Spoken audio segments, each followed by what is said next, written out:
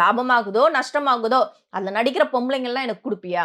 அவளுக்கு வந்து ஆர்வம். எப்படியாவது முன்னுக்கு வந்துடணும், எப்படியாவது ஃப்ரேம் ஆயிடணும், நெக்ஸ்ட் லெவல்ல நம்ம ஹீரோயின் ஆயிடணும். அந்த மாதிரி ஒரு ஒரு மென்டலி ஃபிக்ஸ் ஆயிட்டு வெறித்தனமா இருக்கிற பொண்ணு. ஸோ அவகிட்ட கேட்குற கேள்விகள் என்னன்னா, உன்னோட சைஸ் என்ன, லாங் ஹேரா, நீ கருப்பா வெள்ளையா, உன்னோட லென்ஸ் மட்டும் கருப்பா இருக்குமா இல்ல ப்ரௌனா இருக்குமா? ஸோ பிட்டு போடுறது, ஒவ்வொரு விஷயமும் ஒவ்வொரு கேள்விகளா கேட்டு பிட்டு போட்டுக்கிட்டே இருக்கிறது. ஒரு கட்டத்துல அவளோட சைஸ் பயோவே அனுப்பிச்சிடுவாங்க. அதுல நேம், ஏஜ், லொகேஷனு, என்ன எக்ஸ்பீரியன்ஸ், அதுலயே வந்து அட்ஜஸ்ட்மெண்ட் இருக்கா, எல்லாமே அதுல வந்துரும் இன்க்ளூட். சோ அது தவிர்த்து அது இல்லாம போன்லயே பேசிருக்காங்க. இப்போ யாரு இந்த மாதிரி பேசுறாங்க வைக்கிறாங்கன்னா, ஒரு கூட்டமே அலையும். கஷ்டப்பட்டு ஒரு டைரக்ஷன்ல கத்துக்கிட்டு அரையும் குறையுமா கத்துப்பாங்க. அவங்க எப்படியாவது ஒரு மூவியோ ஷார்ட் பிலிமோ வெப் சீரிஸோ எடுத்துடணும், ஒரு நேம் இந்த ப்ராஜெக்ட் வச்சு நெக்ஸ்ட் ப்ராஜெக்ட்க்கு மூவ் ஆன் ஆகணும், அப்படிதான் நினைப்பாங்க எல்லா டைரக்டரும். கேமராமேன் இருக்கட்டும், யாரா இருக்கட்டும், நெக்ஸ்ட் லெவலுக்கு போறதுக்காக தான் மூவ் ஆன். அதுக்கு ஒரு ப்ரொடியூசர் வேணும் இல்லையா? அவன் அந்த ஆள் யோக்கியமா